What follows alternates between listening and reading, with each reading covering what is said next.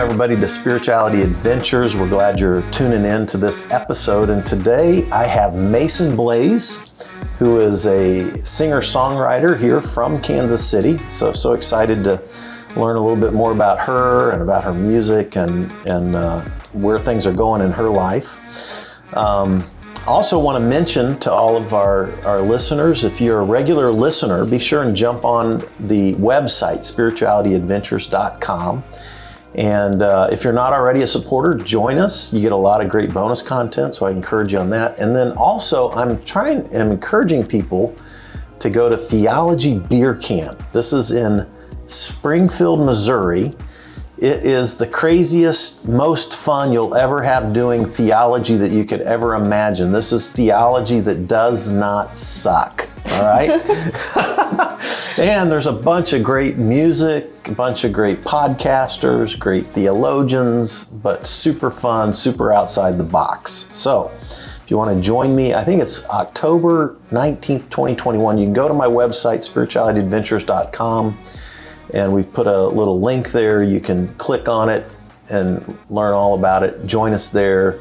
It'll be a lot of fun. All right. So Mason, thanks for hanging out at Spirituality Adventures. Thank you. Thank you so much for having me. Yeah. Well, I've been listening to the music that I like on your Instagram stuff, and I found other places where you've done things like the Kansas City Star stuff. So great stuff. So let's hear a little bit about your background, where you grew up, some of your family life, all that kind of stuff. Tell us a little bit of your origin story. I can do that. My name's Mason Blaize. I'm born and raised here in Kansas City. I went to Catholic school my whole life, so even preschool was like religious, some Christian denomination, but all the way through till I graduated high school, minus the couple of semesters of college that I have under my belt as of right now. But pretty much all of my education has been through Catholic school. My parents split when I was pretty young, so my dad lived on the Missouri side, but my mom lived on the Kansas side. So we were only ever about 10, 15 minutes away, so I grew up right on that state line. So I'm from both, is what I like to say, from both Kansas and Missouri. My siblings were all into music, so music is just something that I've always done growing up, and it's been a fun thing that we've been able to share together, which is really, really nice. So did either of your parents do music? No. So my dad, he can play one song on guitar and he cheats at it. So it almost doesn't count, but he always, he's loved music and always wanted to be a musician. And my mom, she didn't, but she was a dancer. But my mom is an interior designer and my dad is a landscape architect. So they're both artists, so it did kind of. And you grew up around a lot of listening to music. Oh, totally. Totally. So, and then how many siblings do you have? So I have two full siblings. So I have an older sister and a younger sister from my mom and dad from before they split. So I'm the middle child. And then I have a half sister on my mom's side, from my mom, my stepdad. So I have three sisters. And all of you are in music? Pretty much, honestly, yeah. So my older sister, she started pretty young, and she is kind of how she kind of opened the floodgates, sort of. So she started, and she really stuck with it. Did she start in school band or something, or did she start? Oh, she skipped all that. She went straight into opera. So she would do stuff with the Lyric Opera of Kansas City. So that was growing up. She'd be in some productions, then that's how we got into it and started going to their summer camps, which I think they still offer, just opera camp over the summer. It's a couple weeks. It's more of a choir camp, sort of. You don't get super formal training, but you do study different composers, and you study what is about to be coming up for their productions for the year. And then at the end, you put on your own children's opera, and the parents come and watch, and they do an audition for whatever production they have coming up. So sometimes it's smaller leads that either don't have any lines, they just need a child for that part, or there is actually some where they have children who do have like main roles. But for the most part, we would just need kids for the children's chorus. So you would audition for that, but it's pretty much like a shoe-in. You know, if you were part of the camp, you would be in it. But so that's how she started, and that's how we all kind of did that. So we all did opera camp. Did you start doing vocal lessons pretty young? Like, did you train your vocals that way, or was it just more of a camp experience that you did? It was more of a camp experience. I do remember a few times I had gone to the lady who put it on. She like ran the kids camp. She was also my sister's like private vocal coach. So my sister would go to vocal lessons. I remember going like a couple of times, like a few, but it wasn't something that I went to every week. Like I played guitar, I did guitar every week, and she would do her vocal lessons. So you didn't really do the band thing? No. Okay. No. But you still got into music and started playing guitar. How old were you when you started playing it? I was 8, and my older sister, she had already been doing the opera stuff, so she was already on her singing journey, and she wanted to start playing guitar. So she got a guitar and started taking lessons, and I remember her being really frustrated with it and having some frustration, like she, you know, it just wasn't working for her, and she was wanting to give up, and so it just kind of sat and collected dust in the corner, and I just thought it was so cool. And I remember she was trying to learn this song, Wish You Were Here by Pink Floyd, and I would just watch her play, like watch where her fingers were and listen to what she was doing. And then when she wasn't home, I would like go sneak into her room and I'd like pick it up, and I figured out how to play it. And once I got it solid, like to myself, like you're self-taught. Yeah, as soon as I figured it out, I like came in and told my... Did you go on YouTube and look at videos, or? No, I just watched her, what her hands were doing. Wow. And I just knew like, oh, that doesn't sound quite right. Like that, I've got to move this or something. So I just figured it out, and then I went and I showed. So you literally started parents. started courting yourself, kind of thing. I guess, I don't know. Wow. I showed my parents, and they were like, we have to get her into lessons. So then I started taking lessons, and I took lessons for 10 years all through high school. Nice. Yeah, the same guy, Scott Mize. He's awesome. Cool. Yeah. Excellent. So then, what kind of music influenced you during your growing up years, and then you know what did you eventually lean into as far as performing and writing and stuff Totally. like that? Well, so my parents were split up, but my dad had custody, so we were with my dad for most of the time, and my dad, classic dad rock, you know, like, I remember when Guitar Hero 3 came out, that was like life-changing, and it had all the classic rock, so just all of that kind of stuff. My dad really was kind of all over the place. He loved Alice in Chains, but then he really loved like Sheryl Crow, and so it was just, you know, I got a good mix. He loved the Eagles. We'd listen to the Eagles a lot. And then my mom was super into funk, so when we were over at her house, she'd be listening to all the disco and funk stuff. So I did get a good mix, and I honestly would say we never really listened to anything that was new or like on the radio. Like it was always stuff from when they were growing up, which I really liked and appreciate. It's kind of like a little time capsule. Right. So yeah, that totally got me into it, and definitely the Guitar Hero for sure was, funnily enough, a big thing. Like when I was 13, I did The Metal by Tenacious D for my guitar like concert that you had to put on, because I just loved it on Guitar Hero. It was so fun. But then I obviously made a real big pivot. I know. What were you gonna say, Matt? Were you gonna say something? No. Okay. Obviously, though, that like pivoted a lot to what I do now is not really at all that kind of stuff. When I started getting back into music, because I had kind of dropped off a little bit as a teenager, like in high school, kind of as most people do, you know.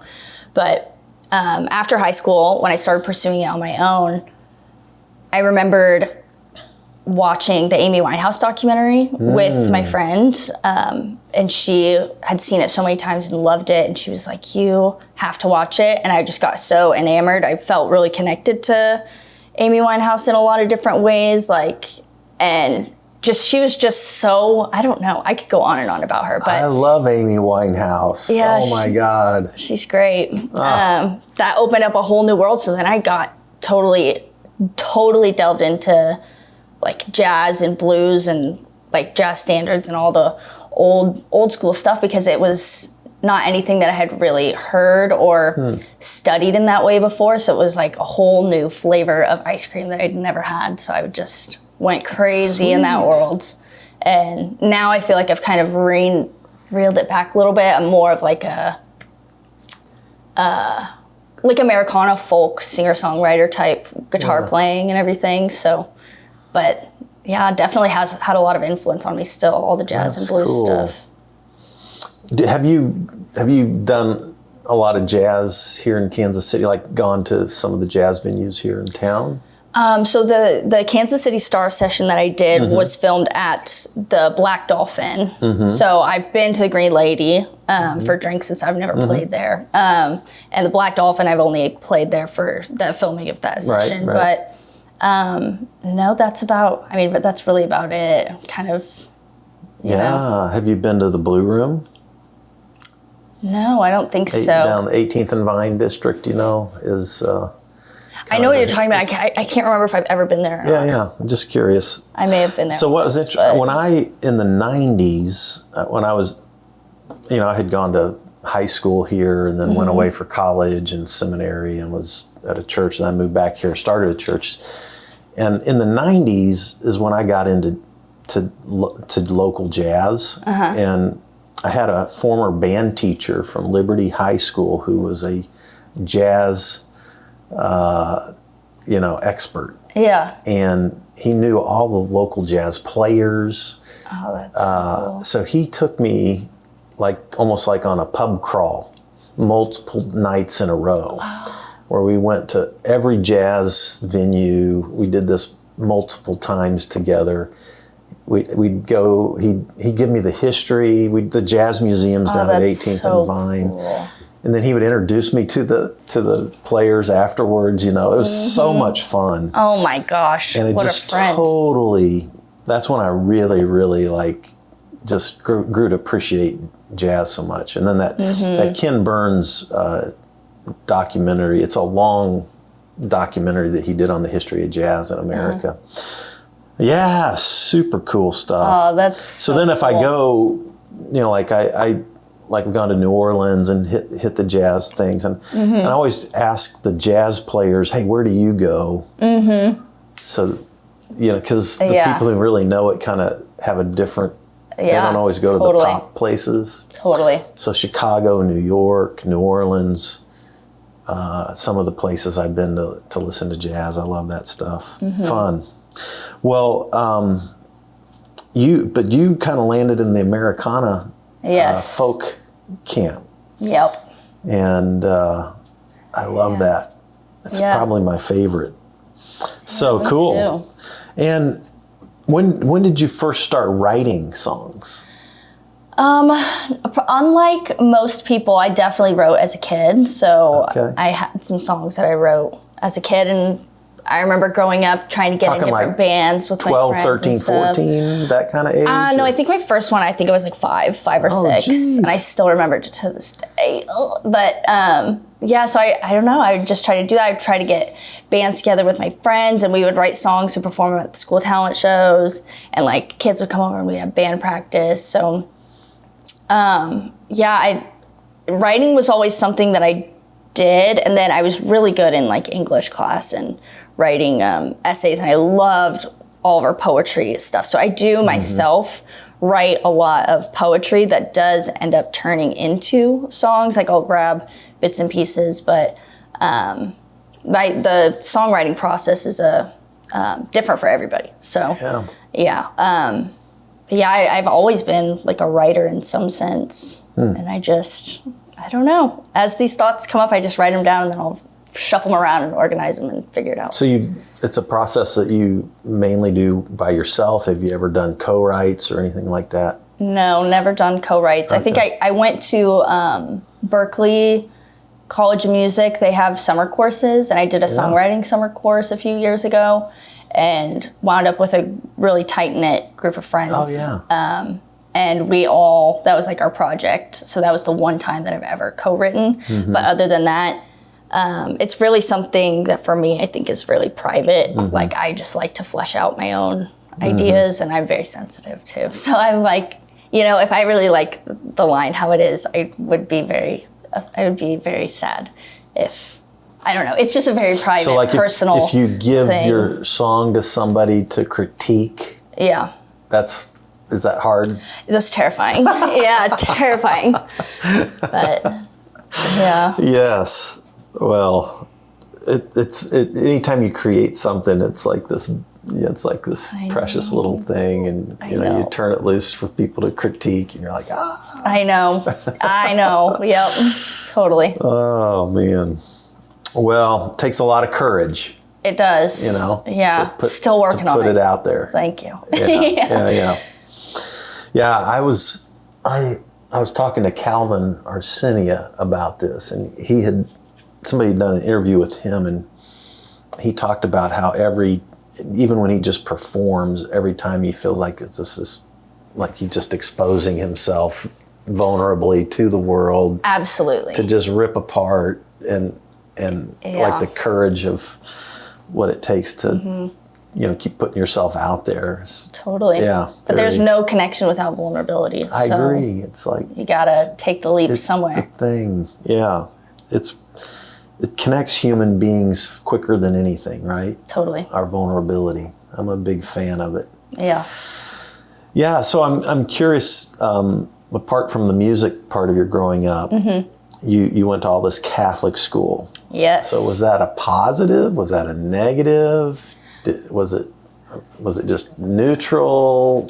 I think it ran the gamut. I mean, there was lots of funny, good stories. There's some stories that are like, whoa, that's a little crazy looking back on it. But I mean, I'm grateful for sure for the education that I had. Very, very lucky and fortunate to have had the opportunity to go to private school. I mean, that's, that's a lot. But it was definitely a weird experience. How did it shape your concepts of God or spirituality, or how did it shape it, or did you react against something? Right. How do you see how's your own spirituality emerged over from Catholic school to singer songwriter? I know. Well, definitely. Like I said, I'm grateful to have done it, but yeah, there's a lot that goes into that, and it's something that, like I had said, my family wasn't religious, but how do I say? It wasn't something that was encouraged, but it also wasn't something that was discouraged. It was like completely neutral, which I think was kind of a unique experience as a kid that was going to private school for that long. I know a lot of people that are in that community, and a lot of kids that are raised in that community, is something that their family has really instilled in them. It's a really strong family value. And kids, as they're growing up, everybody questions things. And so I know that there's a lot of peers that I had that would not have had the same experience as I did, or opportunity as I did, to be able to, like, my family's totally neutral about it. Like, whatever you want to do, if you want to believe, that's great. That's that's a journey. Everything is a personal journey. That's yours. If you don't want to, you don't want to. Whatever you want to do is totally fine with us.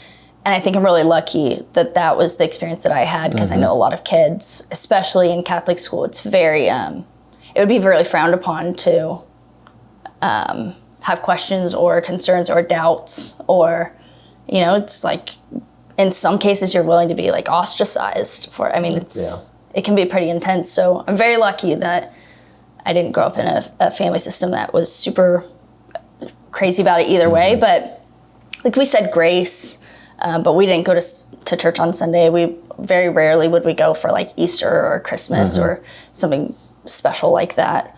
But yeah, I was really just kind of put in a whatever you decide is what you decide. And definitely as I got older, especially like through high school with just different experiences, like I just had a lot of questions and a lot of things that didn't make sense for me personally.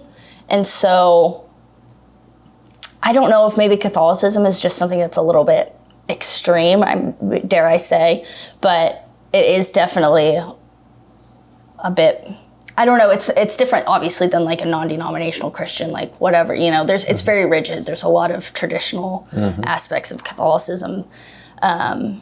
So I don't know if that maybe put a bad taste in my mouth, or, you know, I just didn't have,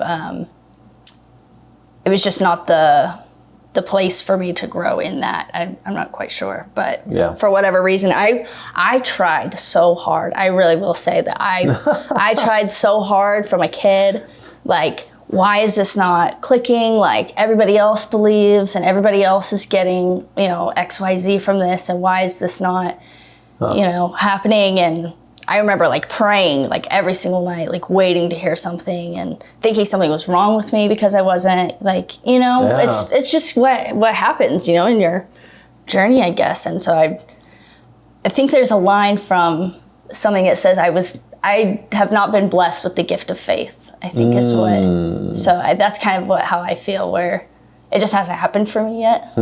I feel like I'm pretty like knowledgeable in it. I do know a bit about it, and I have given it a pretty valiant effort, and I totally respect and a little envious of people who are so devout in their, you know, but it's just not something that, as much as I really tried. Have you gotten into anything like any meditation or any other kind of practices that are kind of more spiritual, yoga, anything like that? I'm just curious. Yeah, when I was like 19, 20, I did a lot of yoga and meditate. Like, I tried to do the transcendental meditation where you're like, it's like hours, like 2 hours when you like sit there. That's so hard even. I know. I'm doing a training in meditation, like with a couple of teachers, a 2-year teacher track training. And I still feel like I suck at it, you know? Yes, it's so hard. Yeah, totally. But I know it's, you know, there's some things that are good for you that, you know, you read the science behind mindfulness meditation and some of the benefits of yoga and all these things. And you're like, oh, okay, if I keep, you know, it's like eating healthy and working out and things. You know it's good for you. You know, anyway, it's a little muscle to train. Yeah, totally. Well, yeah. So when did you first start performing then?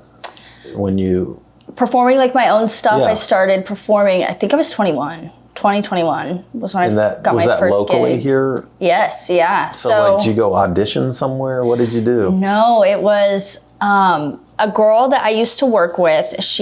Her boyfriend, we had been like mutual friends just through her, but her boyfriend, Sam Mitchell, he's here in Kansas City still performing. But he had, he played with Youth Pool, and I forget what band he's in currently off the top of my head, but he was a mutual friend of ours just through work with her. And I remember she would talk about how he was playing music, and I'd played all growing up, but I had kind of stopped at this point, except for just every once in a while when I would pick it up. But I was interested in getting back into it. So I started playing, and then I would play with like one of my boyfriend's friends, and he played guitar also, but he was a producer. And so he did drums, guitar, bass, like all the things. So we would just mess around and jam out at his house. And I saw Sam had posted something on Facebook like, hey, we're gonna have a showcase at Inkwell coffee shop, which was out in like Lee Summit, Blue Springs, Independence area, somewhere out there. And we're gonna have a showcase, and you know, we need acts if anybody wants to. And I remember seeing it and thinking, oh my gosh, if I respond, like, they're never gonna pick me. Like, this is crazy. I just started playing for fun. And I was like, what the heck? Why don't I just send him a message and just see if it's something that I would even be considered for? And he immediately messaged back, was like, yeah, totally come. And so I had that first show, and I met Rebecca Elliott there. And Rebecca Elliott, she was a promoter at the Rhino at the time, and I hadn't ever been to the Rhino. The Rhino was also new. It was only been open for like a year. Okay. So I met her there, and she was like, I love your stuff. And I said, I love your stuff. And she said, I'm a promoter at the Rhino. You have to come. We do an open mic night, and we do shows all the time. You have to stop by. I was like, sold. So I just went to the Rhino, and that was it. Like, that just opened up the whole world of everything. Cool. So just with that one courage of... Yeah. What year would that have been? Oh, it had to be like 2016, 2017. Okay. And so then you started doing basically your own stuff around town. Yep, just me, always just me. Okay. So, yeah. You on the guitar. Guitar. I played a little bit of ukulele and a little bit of piano, but my piano is like so hard to lug everywhere. I mean, it's so heavy and it's just me. So I usually just do my guitar. I only have a couple songs on piano, but yeah, whatever I can do. Very cool. Yeah. So what are some of the places you've played through the years here? Oh man. Well, the Inkwell was the first one. I played the Rhino. I can't even tell you how many times. Riot Room. I did the Kansas City Star. I played at Blip Roaster for Moxa. Was at Blip? Yes. Yeah, for the Moxa thing there. Yeah. What's the Blip guy's name? Ian. Yeah, we went down to Blip and interviewed Ian down there. That's a cool space. It is. I like that. Yeah. But I mean, I was telling my friend I should have kept a list of all the places and like all the dates and how, because it's all muddled here. But at one point I was just doing so much that, I was running around, no sleep, chicken with the head cut off, like gigging all the time. I did Boulevard stuff, up, down, the Ward Parkway. I did a couple like outdoor stuff there. I couldn't even. Yeah. There's a big long list in my head that I'd have to work through. So how do people listen to your music? I know, right? We're going to record a couple here. Famous question, yes. But like I hunted around a little bit because I've just watched mostly some of the things you've posted on Instagram. I also watched the Kansas City Star thing and found a couple other things, right? Yeah. Yep. Well, I guess come see me live. So that has been an intentional choice on my part to not record and put things out. But I have kind of had a different thought process around that recently. So I would like to get my stuff recorded. I'm not sure what I would do with it. If it would be just something that I would have just for like family and friends or something, or if it's something that I would release. I'm not sure, but I don't know. Music is just what I love to do, so I don't do it for the streams or what have you. But if somebody likes it and they want to come see me, that's awesome. So how do it's been kind of an in-person. How do they find do you have a concert scheduled posted out there somewhere? No, so I've actually kind of been in retirement for a little bit, so I haven't performed a whole bunch since COVID, honestly. Okay. But I do have a show coming up on October 4th or October 5th. It's the first Thursday in October with Manor Records. So I've got that coming up. Just waiting on the promo so I can announce that on my Instagram. Okay. But Instagram and Facebook is mainly where I post updates on things. But so yeah, I've been out of the loop for a little bit, but I'm getting my feet wet and I'm coming back. So you were gigging like crazy. Crazy. And then I think even that Kansas City Star thing, that was like 2019, like right before COVID. Yep. Right? Yep. And then COVID hit. Yeah. And so you just kind of pulled away at that point? Yeah, and honestly... the venues shut down. Right. Right. So, Totally. Yeah. It was that. It was really a combination of a lot of different things.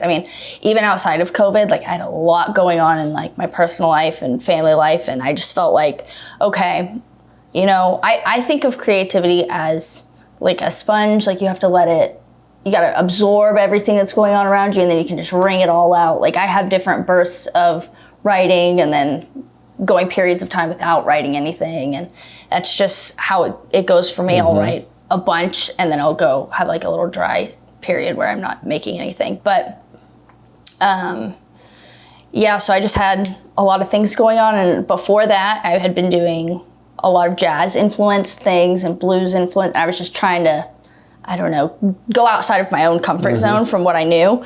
And when all of this happened and when all of COVID happened, I was like, okay, I think I'm gonna go back to like the bare bones. Like we got to start from the foundation, kind of like across the board. And I really started listening to a lot of like the Outlaws and like the old country and old folk and stuff. And so I just kind of felt like, okay, I feel like this is my zone, and this is where I feel really at home and really connected to the music. So yeah, it brought me back there, and that's kind of where I've been sitting for a while and just writing a lot of those types of songs, and I'm excited to share. I know it's been a while since I've performed, so the things that I have been writing are a little bit different than what I've been doing before. So this is good timing then. Yes, it is. We're out in front of your big kind of re-emerging again.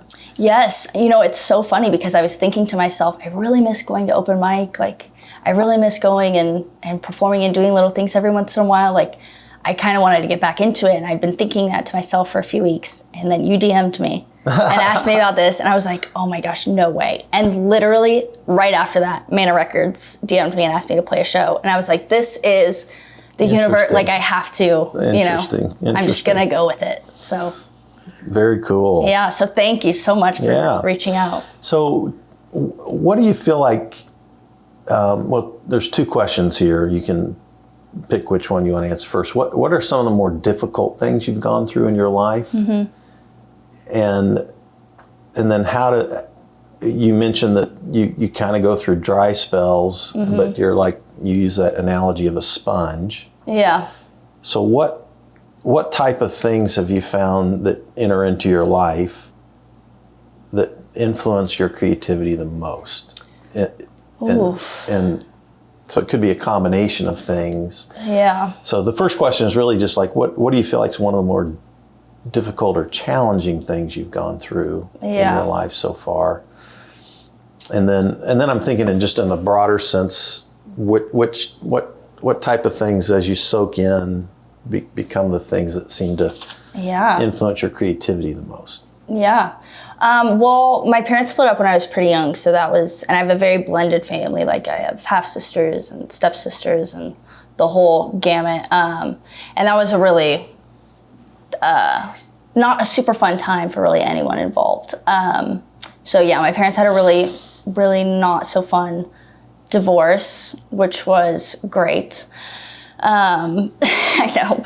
How old are you? My mom left when I was 7. So, but my parents, they weren't officially divorced for like a few years after that. So I think it was like 3 years. So I don't think they got divorced till I was like 10, 11-ish. Mm-hmm. And yeah, like my dad had full custody and we'd see my mom on the weekends and stuff. But my older sister lived with my mom. So it was really like me and my younger sister that were together. I don't know. It was a whole crazy hullabaloo. But so yeah, that was definitely the most profound thing that has affected like my life. Mm-hmm. For sure. And then as for how that kind of stuff seeps into my like creativity and songwriting, mm-hmm. I think everything has a lesson in it, everything in life. So I'm just trying my best to like make sense of things. People always ask me like, when are you going to write a happy song? Like I'm trying so hard, but I just feel like the things that I've always felt connected to and things that I felt connected to through music growing up were like specific things of people putting words to a feeling that like it just didn't know how to describe that in a sense. So I try to do that now. A lot of my songs are me just basically trying to figure out what the heck is even going on in life and in this planet. And it's a lot about interpersonal stuff like friends or family or like partnership or just concepts. Like I have some like political and social commentary type. I even have some that are about like religion, little lines in there. So I don't know. I just try to make sense of the world around me in a way that I feel like I can resonate with, and hopefully somebody else out there resonates with it also. But yeah, that's interesting. Yeah. Yeah, it's funny because, I mean, every now and then, like a happy song, like hits the mark, and it's like, oh, that's so cool, I just want to soak up the sun, or mm-hmm. just I could think of 1,000 of them, but for me, the ones that seem to really hit me deeply are lyrics that are usually pretty honest and raw and, mm-hmm. Like giving expression to something extremely difficult. But then, I don't know, there's something about darker songs that actually do more for me, it seems like, in terms of healing me than happy songs. Totally. And it's even movie-wise, like I'll be drawn to dark movies that have a little sliver of sunlight, a little bit of hope.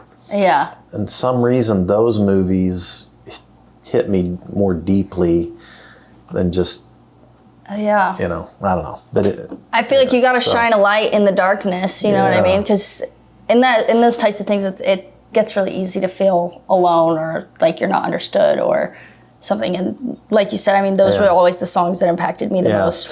Have you ever heard of Matt Mason? Yes, yeah. Have you? Yeah, we played at the, are you talking about? Matt Mason he's from either Virginia or South Carolina. He's an East Coast dude. Yeah. His first album came out in 2019 called Bank on the Funeral. Uh-huh. And it had like, what are some of the, anyway, like I listen to Alt Nation when I'm driving around because I have Sirius XM in my vehicle. And when I was at my darkest point in 2019 where I didn't care if I lived or died, his songs just, like every song on that album just nailed me. And they were definitely darker type songs. And he's kind of a folk type Americana, at least that album was. Yeah. He's done other stuff now, but anyway, just curious. But like that album, I put it on repeat. Yeah. And I was in this dark space, and then I just listened to these songs, but some reason it just felt healing. Yes. Yeah. And, cathartic. You're like, well, why don't you listen to a happy song? Yeah. I couldn't listen to happy Christian songs. I couldn't listen to happy this song. Yeah. I needed something that touched me where I was at. Well, it's beautiful that music was there for you. It is. That's why I love music. Yes. And I'm one of those that I can't sing like on tune. At all? Come on. I mean, I will sing. Yeah. Just other people don't want to hear it. Yeah. Do you play instruments at all? I don't play. Oh man. I don't play. I don't sing. Too late. I was the kid that always, my mom tried to make me play piano. Mm-hmm. And like my friends would be out playing basketball or I love sports, so like I always wanted to be playing sports. I didn't want to be stuck home practicing the piano while my friends were. So as I grew older, it fueled this love for, like, I've always loved musicians and hung out with musicians, and I still do. It's why you're here. It's why I've done so many interviews with musicians, and so I'm kind of like the ultimate fan, right? Yeah, I love that though. I love that. Anyway, all right. Well, let's. I kind of want to move into. Some of your songs and stuff like that. Yeah, totally. So tell us, give us some orientation to some of your favorite songs, your music, and then then I'm going to have you perform a couple of them. Is that okay? Yeah, totally. But yeah, tell me so far, what are some of your favorite songs that you've done that you think have connected with audiences the best? Yeah. And give us kind of the content for a couple of those. Yeah. If they're ones you're going to do now, then just set them up for us. How's that? There is one song, I'm not going to play it today, but there is one song, it's called Ribs, that I do. That song is probably one of the ones that I'm most proud of. It just, I don't know, it just came together. Like, sometimes you write a song and, you're chipping away at it and work at it and do some, then come back. But that one just fell together, and it has a wordless chorus, but something about it just, I don't know, it really gets to me, and I've heard lots of people that have come up and felt really connected and resonated with them as well. So I'm really proud of that's something that I made that other people can, connect with. Yeah, some solace and connection with. So I'm really proud of that one. There's one that I'm doing today. I just wrote it. What's it called? Raspberry Wine. It's kind of like a social commentary a little bit, but I guess I'm just trying to make sense of the world and the society that not just we live in, but just who made these rules and who made this the way that people just go about living their life day to day. So it's that raspberry wine is one that I'm going to play. That's kind of a fun little. It reminds me of like old school folk, like old like Bob Dylan, like political folk. So yeah, I really like that one. That one I'm really proud of. I would say those are probably my top two. Cool. I was listening, I was driving back home from Colorado just this past Friday. Oh, no way. And I was out there I was writing for like 11 straight days in a row, 6-7 hours a day out in the mountains, writing a memoir. But I've been listening to this book on, just while I'm driving. And it's about the history of the use of marijuana in America. It's an actual history book. Yeah. And it's called Smoke Signals. It's a well done history book of how just in America. Well, it actually gives a history of marijuana in general and magic mushrooms as well. Interesting. And then it goes into how it got put on Schedule 1, so how we criminalized plants, which is insane. Yeah. And totally. But the only thing I'm at the point in the book now where I'm hitting the Bob Dylan folk revolution in the 60s, and the Beatles were here almost right at the edge of their peak. Yeah. And Dylan goes to hang out with the Beatles, and the Beatles had never smoked weed. Yes. And Dylan turns them on. We would have never had Sgt. Pepper. Never would have happened. And it's just like you just hear this whole story about these guys that have shaped the world through their songs. Yeah. And it was hilarious. I was cracking up. Yeah. Funny how that happens. But anyway, some of Dylan's certainly one of the great folk songwriters of our time. You should listen to Sixto Rodriguez if you like Bob Dylan. Oh. It just goes by Rodriguez, okay. But his name's Sixto. Sixto. Check that one out. All right. So good. So, here we go. Mason Blaize. I'm Mason Blaize, and this song is called Crossroads.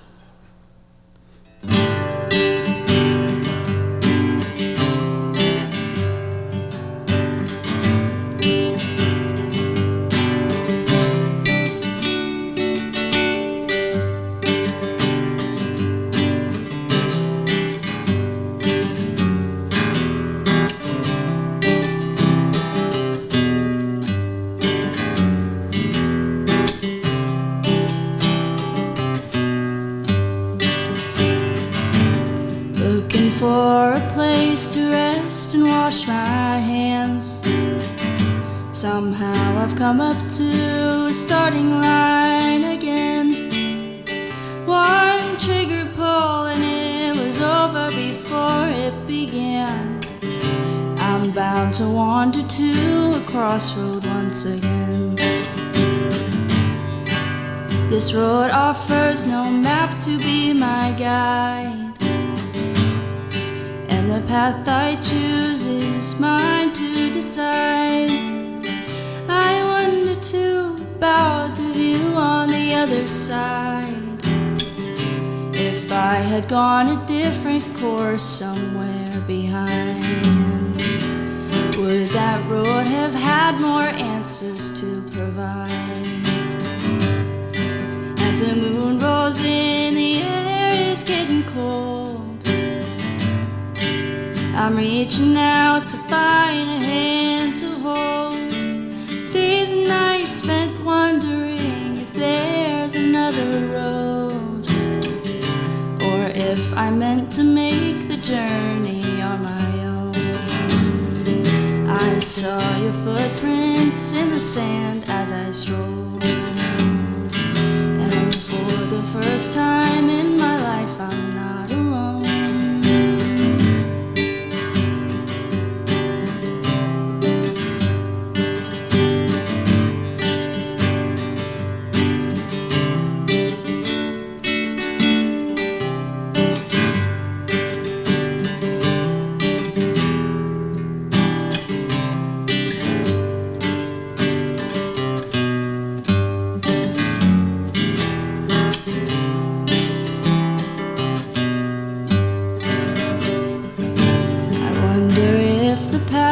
chose was yours to take.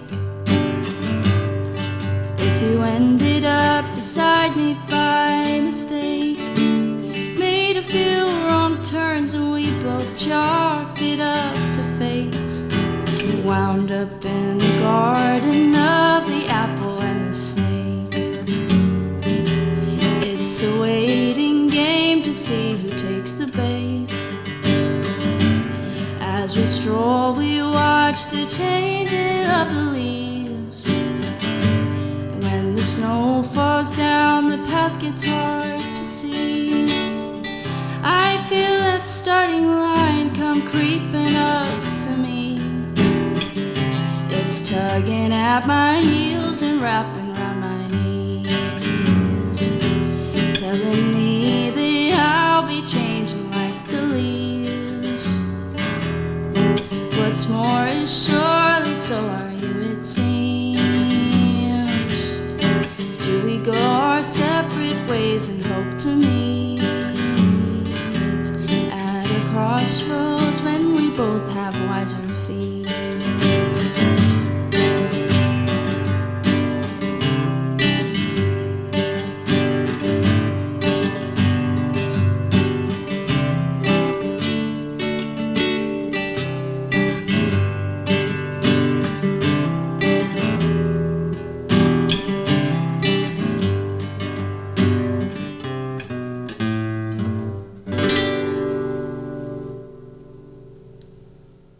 All right. Well, thank you, Mason Blaize, for joining us at Spirituality Adventures. Thank you. Awesome. Thank you Love so that song. much. And tell the folks again, thanks everybody for listening all the way to the end. Be sure and go to spiritualityadventures.com and join our support team if you haven't done that already. And tell us your next concert. I'll be playing a concert with Manor Records on October 4th. It is the first Thursday of October. And then you can follow me on Instagram is normally where I would post my music stuff. So that's just at Mason Blaize, MasonBlaize. You can thank my parents for that one. I didn't do that. And also my Facebook is the same. My artist page is just at Mason Blaize. So that's where I post all my upcoming stuff. All so right. you can keep connected there. Instagram, Facebook, and live. Yes. And we will, we want to encourage you to go out and check her out. All right? Totally. Thank you so much. So thanks everybody Thank you. for tuning in. We'll see you next time. This has been another episode of Spirituality Adventures. Be sure to visit the website at spiritualityadventures.com and click on the support tab and help us keep creating content like this.